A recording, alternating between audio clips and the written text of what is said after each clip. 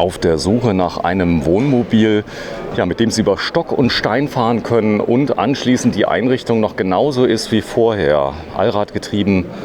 Ja, da sind wir am Stand vom Bimobil. Hier ist der Stefan. Grüß dich, Stefan. Ja, hallo, grüß dich. Hallo, ja, da steht's jetzt. Die Farbe ist sehr außergewöhnlich, richtig? Ja, ich würde sagen, bei uns ist die Farbe nicht außergewöhnlich. Wir verkaufen natürlich viele graue Autos, aber auch ganz viele wirklich bunte Autos bis hin zu Leuchtorange und Rot und hellgelb. Und da sind unsere Kunden sehr kreativ. Genau, wenn du mir kurz das Konzept mal kurz erklärst. Es gibt ja Firmen, die bauen auf dem Fließband und es gibt Firmen, die haben, ich sag mal, teilvorgefertigte Dinge. Ihr könnt das individuell ausbauen, aber ihr habt fertige Kabinen, glaube ich, oder? Nein, wir fertigen die Kabinen selber. Wir haben eine 12 Meter Presse, Vakuumpresse. Das heißt, wir machen die Sandwichplatten selber. Wir bauen die Kabinen selber, sind damit natürlich sehr flexibel, können auch die Qualität beeinflussen. Das haben wir im Griff. Machen die Inneneinrichtung komplett selber und fertigen so ein bisschen im Baukastensystem. Das heißt, wir haben Serienfahrzeuge. Aber die Serie sind natürlich Kleinstserien und jeder Kunde individualisiert dann das Fahrzeug so, dass es für den späteren Einsatzzweck auch wirklich optimiert ist. Mercedes-Benz und die Wohnmobilbranche, sage ich jetzt mal, oder entsprechend die Reisemobilbranche, das klappt mittlerweile immer besser, muss man sagen, oder? Ja, wobei auch da sind wir natürlich ein bisschen Vorreiter. Wir arbeiten schon sehr, sehr lange mit dem Sprinter zusammen und der typische Bimobil-Kunde will natürlich ein heckgetriebenes Fahrzeug, weil da ist die Hauptlast drauf. Und wie gesagt, Zusammenarbeit klappt schon sehr, sehr lange, über viele Jahre sehr gut. Heckantrieb heißt aber auch, es liegt dann relativ hoch. Es geht um Offroad-Fahrzeuge, die sollen ja hoch liegen, oder? Ja gut, bei dem Allrad ist das Auto ja zwischen 10 und 12 Zentimeter erhöht für die Bodenfreiheit. Ich habe einen zuschaltbaren Allrad bei dem Sprinter und mit einer leichten Getriebeuntersetzung. Und wir verkaufen das Fahrzeug als Schlechtwegefahrzeug. Das ist noch nicht Offroad. Aber sagen wir mal so, für die Randbereiche Europa, für Fernreisen, wo Straße und Piste geplant ist, ein sehr komfortables und hervorragend geeignetes Fahrzeug. Die Zielgruppe, was ist das für eine Zielgruppe, die bei euch kauft? Zielgruppe ist natürlich großteils die klassische Ü60, weil ich brauche Zeit und Geld, eine Kombination, die man halt eher am Ende des Berufslebens hat. Es gibt aber auch immer mehr junge Leute, die halt einen guten Start ins Wirtschaftsleben haben, aufgrund von irgendwelchen geerbten Häusern oder so. Und das Thema Sabbatical ist politisch gewollt. Das heißt, wir haben immer mehr junge Familien, jung heißt Mitte, Ende 30, die aber mit Kleinkind dann irgendwo ein Jahr in der Welt rumfahren. Die steigen dann nicht bei diesem Grundriss ein, weil das ist ein Zwei-Personen-Grundriss, sondern die nehmen dann meistens den EX420 mit 2 Stockbetten hinten drin. Ja, wenn wir gerade über Preis sprechen, ich halte mal kurz drauf. Das Reisemobil heißt bei euch LBX 365, 146.859 €. Wenn man die Summe aller Dinge allerdings berücksichtigt, ist das Fahrzeug seinen Preis wert? Ja, Bimobil ist keine billige Marke, das ist hinreichend bekannt. Wie gesagt, wir individualisieren das Fahrzeug. Das Fahrzeug wird so konfiguriert, dass es für den Kunden später auch passt. Einstieg ist natürlich so, die Qualität und die Fertigungsart, die wir haben, lässt einen günstigeren Einstiegspreis nicht zu. Ich denke, wir haben aber trotzdem sehr faire Preise und die halten wir auch jetzt in der Boomzeit. Ja, es gibt kaum gebrauchte Bimobile auf dem Markt. Das ist wirklich so, er lacht jetzt ein bisschen, ja, das ist dir bekannt? Das ist mir bekannt und wir werden immer gefragt, ob wir irgendwas haben. Nein, Bimobil, wer ein Bimobil hat, behält es und wenn man wirklich mal eins verkauft, das ist unter der Hand sofort weg. Mercedes-Benz und Wiederverkaufswert. Ja, es gab ja jetzt den Klassiker, das G-Modell, da gab es ja Schwierigkeiten. Ihr habt keine mehr bekommen, also die dafür notwendig waren. Ist das hier ein ehrbarer Ersatz fürs G-Modell? Nein, nicht vergleichbar. Mercedes G ist natürlich der Klassiker, ein kleiner, kompakter Offroad, das war ein 6-Meter-Auto. Hervorragendes Fahrzeug, aber wie gesagt, leider nicht mehr. Also es gibt ihn noch, aber er ist nicht zivilzulassungsfähig wegen der Euro 6D-Norm, die jetzt gefordert wird. Ja, C-Tros habe ich gesehen. Habt ihr hier auch? C-Tros haben wir nicht, bauen wir auch nicht auf. Okay. Unsere Kabinen sind einfach zu leicht für den C-Tros. Zu leicht? Ja, der C-Tros braucht mit Sonderfedern mindestens 4 Tonnen, dass man die Kabine drückt, also die Federn drückt. Okay. Ich weiß nicht, wo wir mit unserer Bauweise, die bewusst Leichtbau ist, auf 4 Tonnen kommen sollen. Ja, ich hatte es nur erfahren, weil die natürlich exakt die gleiche Problematik haben, Euro 6. Es gibt im Moment keine C-Tros in der Zulassung. Und das ist manchmal so, wenn man sich darauf spezialisiert hat, der Markt will die Fahrzeuge haben. Ich nehme an, ihr habt denn ganz am Ende noch ganz viele gekauft, oder? Wo ist Von dem Mercedes von G dem hatten G. wir noch welche gekauft, ja. Wobei wir auf Bestellung fertigen, das heißt, die Kunden haben also auch noch welche gestaut. Wobei wir letztes Jahr noch 2 gebaut haben. Es waren noch mal ein paar aus dem Militärbestand auf dem Markt und die Kunden haben die abgegriffen und sind dann zu uns gekommen. Krass, oder? Wenn es da Fahrzeuge gibt. Ja, hier sieht man so ein ganz klein wenig so die Verarbeitungsqualität, die ihr habt. Das heißt, hier die Wanne ist wahrscheinlich wasserdicht. Die Wanne ist wasserdicht, das ist unsere beim LBX 365 die Fahrradwanne, wo man einfach 2 Fahrräder sicher und im beheizten Bereich reinstellen kann. Und es sieht halt nicht jeder, dass da teure Fahrräder stehen. Okay, wir haben hier noch einen großen Stauraum, wo auch mein ganzes Surfbrett oder ein Faltboot reinpasst. Also das ist unser klassischer Grundriss für Fernreisen, 2 Personen, wo man auch entsprechend viel Stauraum braucht. Ja, das Ganze ist handgefertigt. Also man kann hier jedes Detail zeigen, auch an Stellen, die man nicht sieht. Ja, die Kamera darf überall reinleuchten. Wir haben keine 3 Meter Richtlinie. Unterhalb von 3 Metern keine Filmaufnahmen mehr. Sowas gibt es nicht bei uns. Ja, ich habe ja schon viel gesehen, muss ich dazu sagen. Allerdings ist es ja auch alles eine Frage von dem, was ich mir wünsche. Das bekomme ich dann auch. Ist da unten drunter die Heizung oder was ist da drunter? Nein, die Heizung steht hier oben drauf. Ja. Das ist eine Troma C Kombi mit integriertem Warmwasserboiler. Unten drunter haben wir die Elektrik, Batterie und einen Wechselrichter. Das ist nochmal verkleidet, dass uns nicht irgendwo Gepäckstücke auf die Batterie drauffallen. Wäre es möglich, dass ich da mal reinschauen darf? Selbstverständlich.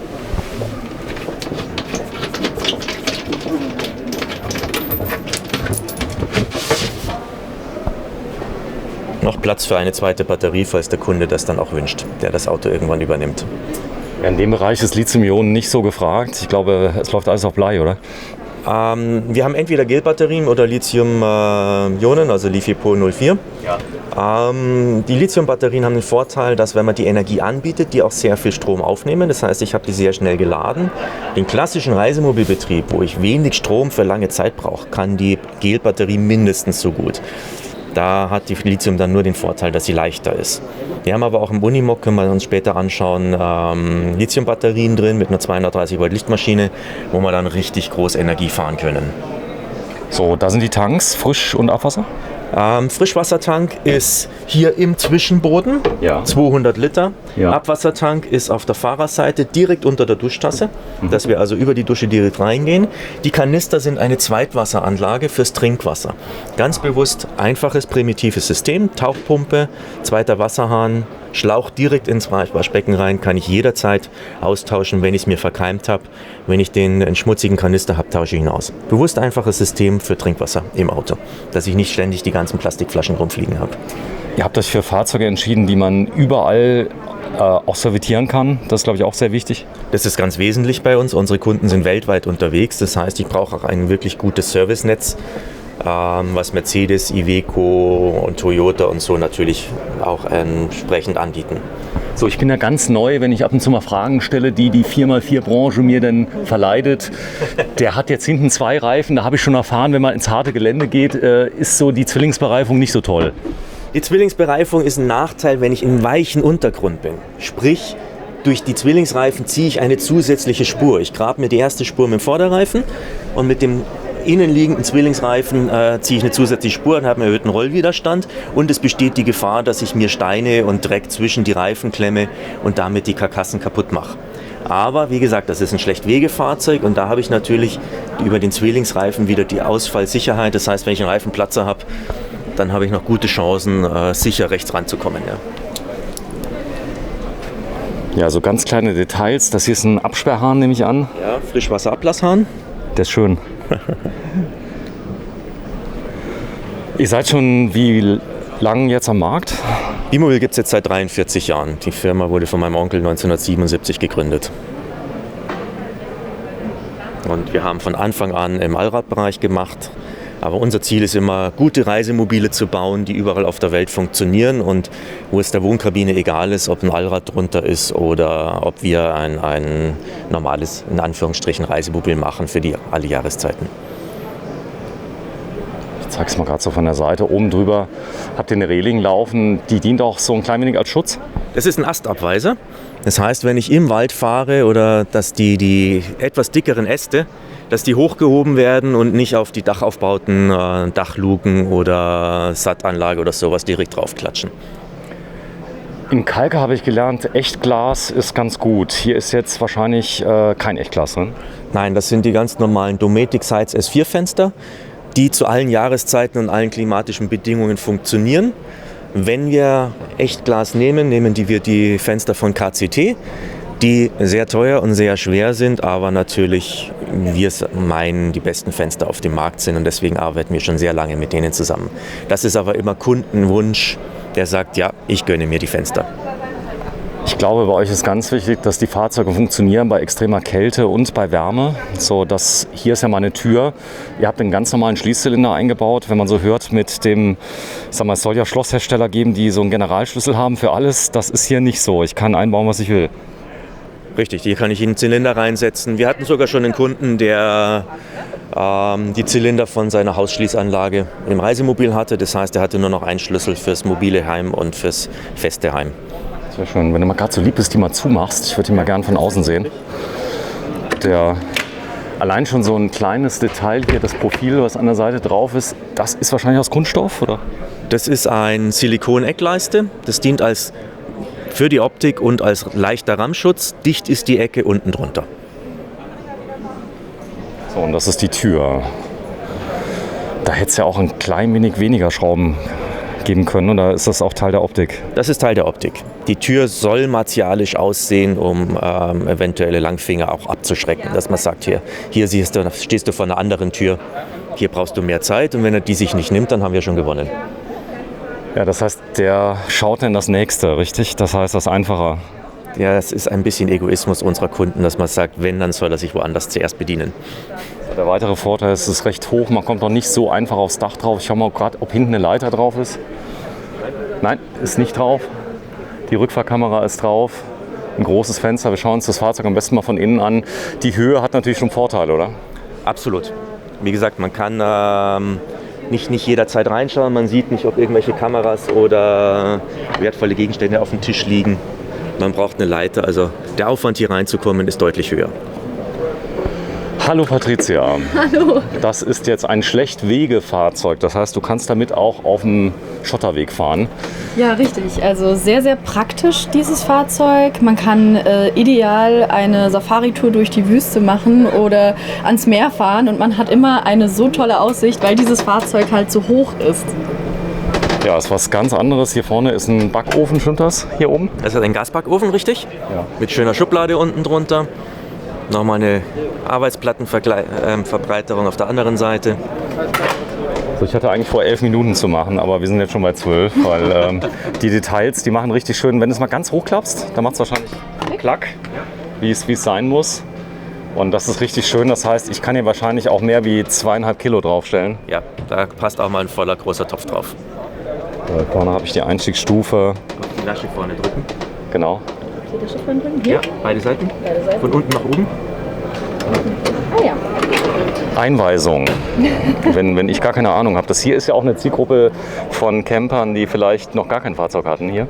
Also die meisten der Kunden haben schon gewisse Vorerfahrungen, schon zumindest was gemietet, aber eine Einweisung bei unseren Fahrzeugen dauert mindestens einen halben Tag, das ist ganz normal. Wenn du die mal gerade aufmachst, die Schublade, das sieht aus wie massives Holz. Bitte nochmal. So, das Sounddesign allein, also es macht Spaß, alles zu öffnen. Thema Rumpeln und Klappern. Rumpeln und Klappern sollte es bei unseren Fahrzeugen nicht geben. Ich glaube, dafür sind wir bekannt, dass es klapperfrei ist. Und ich persönlich akzeptiere ein Klappern durchaus auch als Reklamationsgrund. Das war eine ehrliche Antwort. Denn die meisten sagen, ja, man muss sich ja immer noch bewusst sein, man ist ja noch in einem LKW. Dann weiß ich schon, oh je, da muss ich mal eine Probefahrt machen, ja. Aber das ist eine schöne Aussage. Ja, das hier ist jetzt etwas nüchterner, sage ich jetzt mal. Es sieht so ein bisschen aus, ich weiß gar nicht, wie ich das beschreiben soll. Das heißt, das ganze Design hier ist reduziert und unglaublich zeitlos. Wir sagen zeitlos, ja. Der Stil ist seit 43 Jahren so, wenn man so die historischen Bimobile anschaut, die teilweise immer noch unterwegs sind. Man erkennt, dass es ein Bimobil ist. Es ist gerade Linie, es muss zeitlos sein, es muss hell sein. Unsere Kunden sind auch wirklich im Winter, teilweise im Winter in Skandinavien, wo man also wirklich gerade mal 2 oder 3 Stunden so ein bisschen Helligkeit hat. Der muss einfach hell und gemütlich hier sein.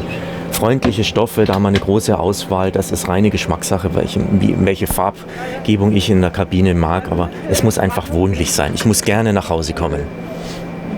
Schön. Das ist ein Kühlschrank von Dometic Kompressorkühlschrank. Ja.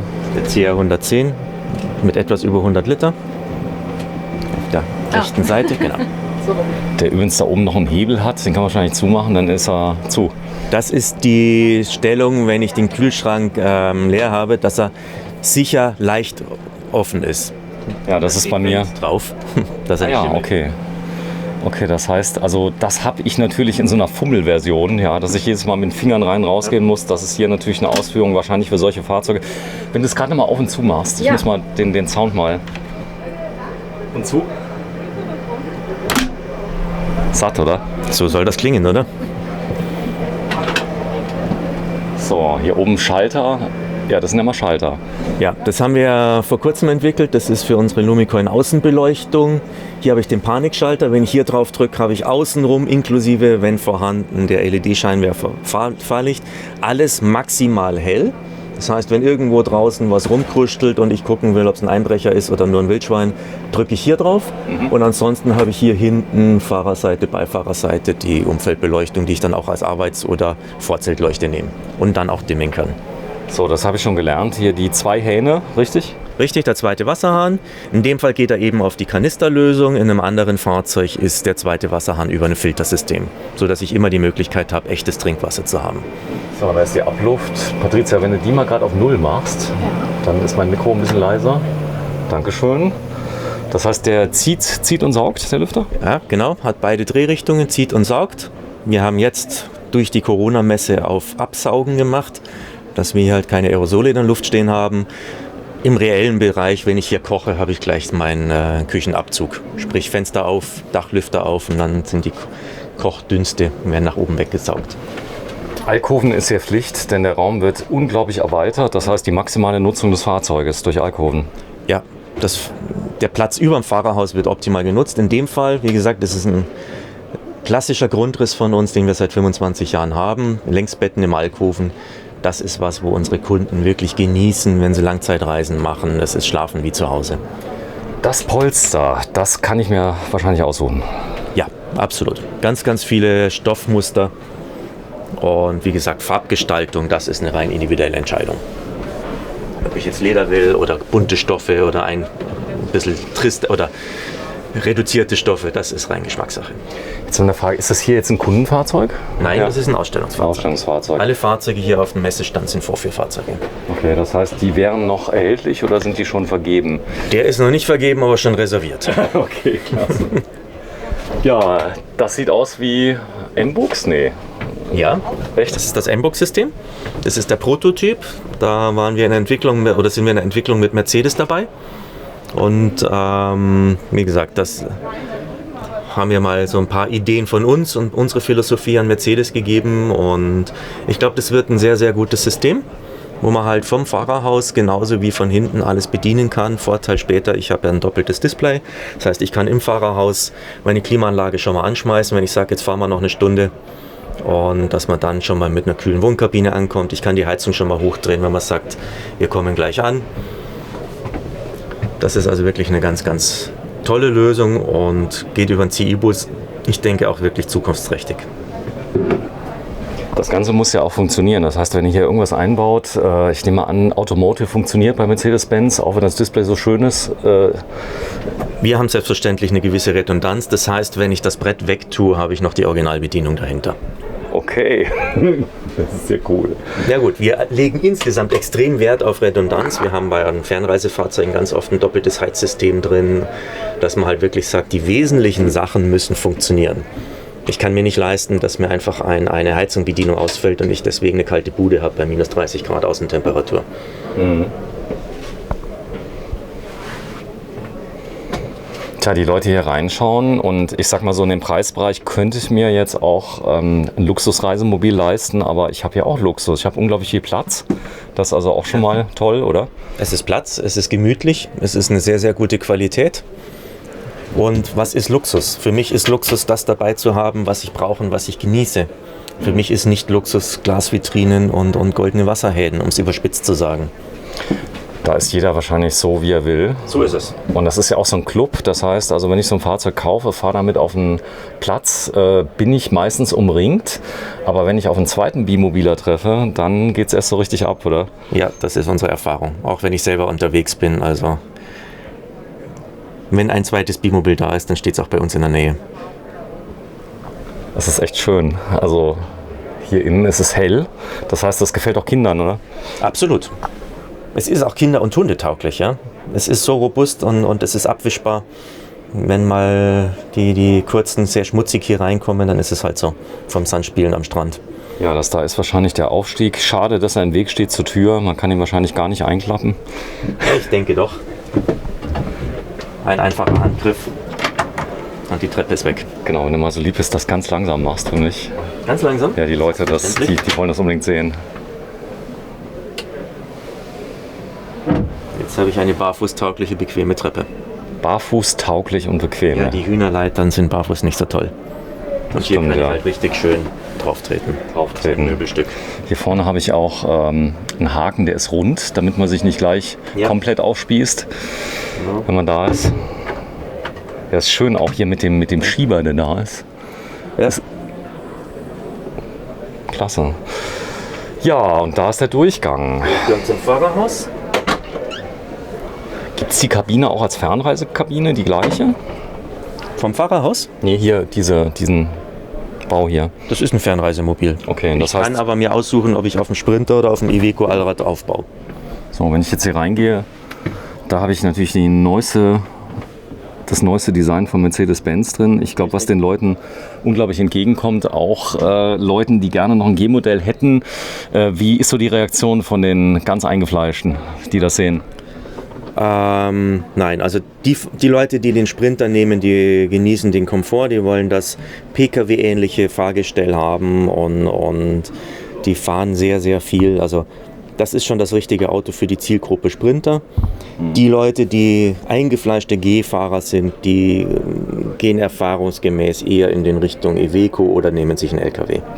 So, ich gehe mal kurz rein, dass man das mal sieht, denn hier habe ich natürlich auch alles, was die Preisliste bietet von Mercedes-Benz. Das Fahrgestell, das kann ich frei bestimmen. Frei gestalten. Wie gesagt, eine Beratung für ein Bimobil geht einen halben Tag bis einen Tag oder noch länger. Und da ist selbstverständlich die Autokonfiguration mit beinhaltet in der Beratung. So, also zur Erklärung. Hier ist dann alles abgeschlossen. Ich kann zumachen, das heißt, die Fahrerhausklima, die packt das dann auch bei extremsten Bedingungen? Wenn ich die Wohnkabine hinten, also die Zwischentür zumache, das ist eine Sandwichplatte, das heißt, die Wohnkabine des Fahrerhauses ist thermisch isoliert und abgetrennt. Das heißt, die Klimaanlage vom Fahrerhaus ist dafür ausgelegt, das Fahrerhaus runterzukühlen, und das klappt auch bei extremen Temperaturen. Das gleiche auch im Winter, bei extremen Temperaturen ist es gemütlich warm hier drin. Sag mal Gott, wie schön das hier ist mit dem Silber hier hinten. Denn auch die Verbindung natürlich zur Wohnraumkabine, die muss gut sein. Ihr habt Schreiner? Wir haben Schreiner. Wir haben Schreiner, Elektriker, Fahrzeugtechniker, Schmied und so weiter. Alles Echtholz hier, oder? Alles Echtholz. Ich kenne das aus Amerika, da bauen die alles mit Echtholz. Ich als alter Halbamerikaner freue mich natürlich wahnsinnig, wenn ich so auf die Seite gucke, da ist ein Multiplexholz. Es riecht nach Holz, es riecht aber auch nach Technik, muss man sagen. Also ist ein ganz, ganz haptisch schöner Geruch hier drin. Oder hier so Details, das kennt man ja gar nicht mehr. Wenn ich jetzt ins Möbelhaus gehe und sage, ich hätte massives Holz. Ja, bei dem großen schwedischen Hersteller muss man, glaube ich, für Holz schon extra suchen. Ja. Nein, wir arbeiten mit Ahorn, und wenn es bei uns bei Bimobil nach Holz aussieht, ist es auch Holz. Patricia, wenn du mal so lieb bist, dich mal da oben kurz mal hinlegst. Ich will mal gerade schauen, die Liegefläche, wie lang ist das? Es ist auf der einen Seite 1,95, auf der anderen Seite etwas weniger. Und Das langt. das langt. Nach oben ziehen. So. Ja. Und dann einfach langsam runterlassen. Wenn ich die Optik außen ein klein wenig heftiger haben möchte, kann man mit einfachen Mitteln das etwas betonen. Zum Beispiel matte Lacke oder Folien, die ich verwende. Gut, wir haben natürlich viele Folierungen mit vielen unterschiedlichen Designs. Was sehr gut ankommt und auch wirklich die Kabine nochmal schützt, sind Riffelblech-Applikationen, die bei unserem eigenen Fahrzeug drauf sind und bei manchem Aussteller auch, dass man halt wirklich, wenn man im Wald rumfährt, auch nochmal einen Aufschlagschutz hat für die Wohnkabine. Und wird gerne von den Kunden bestellt, was auch einfach gut ausschaut. Mal ein Kratzer oder so, das sehen die Leute als Patina bei euren Fahrzeugen? Ich glaube, das gehört mit dazu, ja. Da ist ein Schrank dahinter? Da ist ein großer Schrank da, ein richtig großer Schrank. Den können wir gleich mal aufmachen. Ja. Ja, komm mal runter. Schade, es ist so schön. Du kannst gerne oben liegen bleiben. Also das ist gar kein Problem. Ich will dich jetzt nicht hindern. Mich interessiert aber auch der Schrank. Ja, die Patricia, die ist Radiomoderatorin und studiert Journalismus und ich habe sie jetzt mal mitgenommen. Ich habe sie angerufen, du, hast du nicht mal Lust auf eine Messe zu kommen von Leuten, die gern campen? Und das ist jetzt wieder mal was vollkommen anderes, oder? Ja, wir haben, glaube ich, alles gesehen, was es gibt bis jetzt. Ja, aber das hier habe ich noch nicht gesehen. Das ist jetzt was total Neues. Wie ich vorhin schon gesagt habe, ich denke, da bekommen viele Käufer Lust auf Reisen und vor allem auch auf Safari-Touren oder so. Ich stelle mir das total spannend vor. Und du hast mir ja auch vorhin erzählt, diese ganzen Bilder von den Wüsten und von den Regenwäldern und von den Strandbildern, das sind alles Kundenbilder. Ja? Das sind Kundenbilder, ja, die uns dankenswerterweise zur Verfügung stellen. Und ich sage immer, wenn ich nachts noch im Büro sitze und krieg mal wieder so eine Impression, guck mal, wo wir gerade sind, dann sagt man, danke schön für das tolle Bild. Ja. Da wäre ich jetzt auch gerne. Und du hast mir erzählt von einem Mann mit einem Kind, der irgendwie, ich glaube, 1 oder 2 Jahre jetzt gereist ist, richtig? Der war 3 Jahre unterwegs. Der hat das Fahrzeug übernommen mit 2-jährigem Sohn. Hat uns fantastische Bilder zur Verfügung gestellt und war 3 Jahre unterwegs. Und jetzt kommt der Nachwuchs halt irgendwann in die Schule. Das ist aber ein Trend, der wirklich immer mehr wird, dass die Kunden, junge Familien ein Sabbatical machen und bevor die Kinder in der Schule sind, dann auch einfach losfahren in die Welt. Genau, wenn du mir dieses Wort noch mal kurz erklärst. Sabbatical. Was ist denn das? Das ist eine Auszeit, das heißt, der Arbeitsplatz ist gewährleistet, dass der noch zur Verfügung steht. Man kann 1 Jahr auf Sonderurlaub oder sowas fahren. Und das ist natürlich eine ganz, ganz tolle Sache, wenn ich die Kinder irgendwo so ein bisschen was von der Welt zeige. Ja, ich denke, das wären sehr, sehr weltoffene Menschen, wenn die in dem Alter schon mal gesehen haben, wie es woanders auf der Welt aussieht. Nicht so anfällig für die eine oder andere Schlagzeile. Sag mal, ich habe jetzt eine blöde Frage. Du wirst dich wahrscheinlich gleich steinigen. Fußbodenheizung, geht das? Fußbodenheizung geht selbstverständlich. Wir sind aber der Meinung, Bimobil muss es nicht haben. Es ist schwer, es ist teuer. Und im Falle, dass die Glykolleitung bricht, ist die Heizung zuverlässig kaputt und ich muss in die Werkstatt und habe eine Sauerei. Unsere Kunden sind weltweit unterwegs. Wir arbeiten lieber mit der ganz klassischen Warmluftheizung. Die ist fail-safe. Das heißt, wenn da irgendwas ist, Pflaster drauf und die Leitung ist wieder in Ordnung. Ja, ihr habt mir auch erzählt, dass das Thema Dieselheizung als Backup zusätzlich ganz oft genommen wird. Ja, das ist eine Sache, die Kunden überlegen sich. Bin ich in Regionen, wo ich eher an Diesel komme? Bin ich in Regionen, wo ich mit Gas arbeiten kann? Generell ist eine Gasheizung das einfachere und damit das zuverlässigere System. Es gibt aber viele Stellen auf der Welt, wo man halt einfach nicht die Gasflaschen tauschen kann, wo ich einen Gastank nicht befüllen kann. Die heizen dann mit Diesel.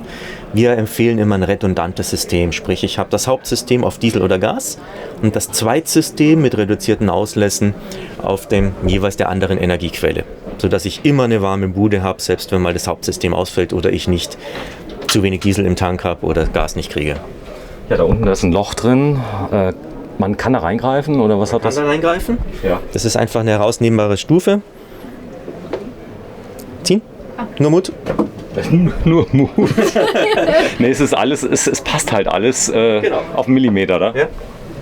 Hier haben wir nochmal einen Zugriff in den Keller. Den Zwischenboden, das heißt, ich kann den Zwischenboden von hinten beladen, wenn ich ein Surfbrett reinschiebe oder sowas oder halt einfach von oben Boxen stehen haben. Wir haben hier nein, Bierkisten haben wir nicht, aber im Zwischenboden hier haben wir zum Beispiel unser Gemüse, die Zwiebeln oder sowas. Das ist etwas kühler als im Wohnraum da unten drin, das funktioniert hervorragend. Ich nehme es zurück. Also das heißt, die 4x4-Fahrer, die trinken ja kein Bier. Die 4x4-Fahrer trinken sehr gerne Bier. Ich bin bloß derjenige, der lieber eine Flasche Rotwein dabei hat. Das hast du schön gesagt. Es soll ja auch Leute geben, die gar keinen Alkohol trinken. Die sind auch herzlich willkommen bei Bimobil. Verständlich. So. Meine Frau zum Beispiel. Ja, der Waschraum, meine übrigens auch. Die trinkt überhaupt keinen Alkohol.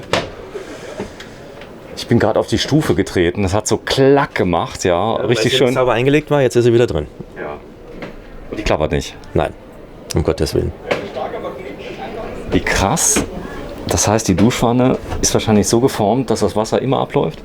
Es sei denn, ich stehe sehr schräg. Ich habe aber 2 Abläufe, das heißt, einer von den beiden wird ja wohl hoffentlich das Wasser dann auch loswerden. Die Toilette, ja, da werde ich nochmal einen extra Film machen. Die Trenntoilette, so viel habe ich schon gelernt. Da muss man viel lernen, denn man denkt ja immer, dass das, was hinten rauskommt, immer riecht. Das ist gar nicht so, wenn man es richtig macht. Wenn man es richtig macht, die Trenntoilette funktioniert hervorragend. Die fahren wir in unserem Testfahrzeug, das wir nutzen, schon seit 3 Jahren. Ich halte das momentan für das beste System für die Fernreisen. Ich bin extrem flexibel. Den Urin kann ich guten Gewissens in der Landschaft entsorgen. Und Ich mache mal gerade einen Deckel auf, dass man das mal sieht. Das heißt, nach vorne geht der Urin. nach vorne geht der Urin in die Flasche rein, läuft immer nach vorne. Und Urin ist steril, den kann ich einfach in Gully kippen, wegkippen, in die Wiese kippen, wenn ich im fernen Ausland bin. Ansonsten natürlich in die Toilette. Ich kann ihn aber auch in die Toilette machen, weil ich eben nicht Chemie dabei habe, die eine Kläranlage dann blockt. Und der Feststoff, der geht halt einfach in so Kokosflocken, wird einmal schnell durchgemixt. Die Kokosflocken ziehen die Feuchtigkeit raus. Es ist hinterher das, was bei rauskommt, ist trocken, es riecht nicht, ist verbrennbar. Und wenn ich es entsorge, Müllbeutel drüber umdrehen und in die Tonne oder wenn es wirklich ist, ein schönes Lagerfeuer, wenn ich ganz weit draußen bin. Also das ist einfaches Entsorgen. Komposttauglich. Komposttauglich, absolut. So, kochen geht auch. Kochen geht selbstverständlich. Wir haben hier einen Gasherd. In dem Fall ein Zweiflammer, ob ich einen Zweiflammer oder Dreiflammer habe oder einen klassischen erhabenen Herd, dass man auch so eine richtig schöne Gusspfanne drauf passt. Das ist alles eine individuelle Sache von den Kunden. Ja, ihr stattet ja die Fahrzeuge, die hier stehen, ja so aus, wie ihr im Prinzip von der Erfahrung her sagt, das passt. Ja. Ist es oft so, dass die Kunden sagen, ich hätte genau gern das? Ja. Also viele unserer Kunden folgen unseren Empfehlungen. Ja. Ab und zu hat man natürlich Kunden, die auch gerne sagen, nein, ich hätte das und das. Wir machen aber grundsätzlich Sachen, wo wir Erfahrung haben, die bewährt sind, wo wir auch Ansprechpartner haben, die uns dann mal helfen, wenn wirklich mal was sein sollte. Das ist für uns wesentlich. Ja, das Thema, dass man zusammenfindet. Also ich habe jetzt eine Idee, ich will was haben und die Beratung ist ja, glaube ich, ganz wichtig. Das heißt, die Fahrzeuge sind ja so konzipiert mit den Leuten, mit denen ich gesprochen habe, die funktionieren sogar auf einer Rüttelpiste anschließend. Das heißt, der Möbelbau ist noch genauso wie vorher. Und ihr habt mir erzählt, in Kalka habe ich ein Interview gemacht mit einem Mann, der wurde dann auch bezichtigt, wie viel Geld er denn bekommen hätte dafür, dass er das gesagt hat. Er hat gar nichts bekommen. Nein, er hat nichts bekommen. Ich habe von dem Interview auch erst gesehen per Zufall auf YouTube, Ja. weil das in meiner Liste aufgetaucht, das könnte mich auch interessieren. Das hat's auch. Und du warst zufrieden mit der Aussage von dem Mann? Absolut. Ja. Das ist eine Aussage, die wir von ganz, ganz vielen von unseren Kunden kennen. Und da sind wir sehr dankbar für und das ist uns auch wichtig, dass das so bleibt. Ich zeige mal gerade so ein kleines Detail. Ihr habt hier hinten an dem Fenster habt ihr so ein Board, das kann man wahrscheinlich abschrauben. Das ist die Kopfstütze, das heißt, wir haben eine 3-Punkt-Gurte. Da dürfen Leute sitzen, das ist zerstörend geprüft und sicher. Dafür brauchen wir Kopfstützen. Selbstverständlich, wenn da niemand sitzt, sind die Scheuklappen irgendwo im Stauraum unten drin.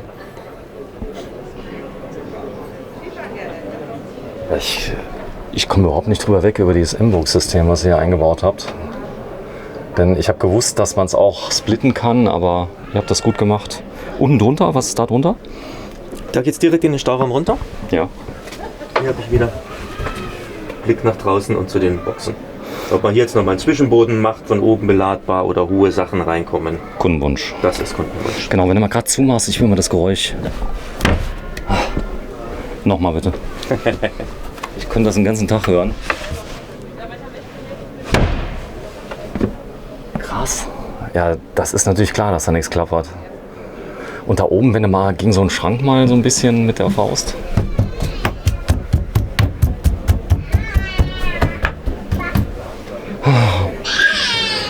Das Ganze ist auch verzapft oben. Handwerkskunst. Das heißt, also jemand, der hier reinkommt, der Handwerker ist, ihr habt ja schon Handwerker als Kunden, ja. Ja. Und das sind ja kommt ganz rein und sagt, ich kann es nicht besser. Und das ist genau die Aussage, die ich gerne hätte. Qualität. Fahren die Fahrzeuge auf der ganzen Welt? Ja. Also ich wüsste jetzt keine Stelle auf der Welt, wo nicht irgendwo schon Kundenberichte sind, dass sie da waren. Panamericana ist eine Standardroute. Man hört teilweise schon, so gefühlt die Hälfte der europäischen Reisemobile auf der Panamericana sind vom Bimobil. Ganz viele Kunden fahren Osten bis ins tiefste Asien rein. Australien unterwegs, Afrika natürlich, Nordamerika, Alaska. Also wie gesagt, die waren eigentlich schon überall auf der Welt. Ja, du bist ein ganz ruhiger Typ, das gefällt mir. Wahrscheinlich kann man dich nicht so gut aus der Ruhe bringen. Wie war denn das im März mit Corona? Hat euch das ganz entspannt gelassen? Natürlich nicht ganz entspannt. Ja, wir haben weder von Iveco noch von Mercedes Fahrgestelle gekriegt für 6 Wochen. Das heißt, wir haben die Kabinen vorproduziert, haben jetzt natürlich noch die Zusatzbelastung, dass wir Wohnkabine, Auto verheiraten und alles fertig machen. Es war schon schwierig, aber wir sind relativ glimpflich und glatt durch die Corona-Hauptzeit gekommen. Ja, schön. Wir gehen mal raus, zeigen das Fahrzeug nochmal von außen und natürlich die Preisinformation, die gehört meines Erachtens zur Berichterstattung einfach dazu.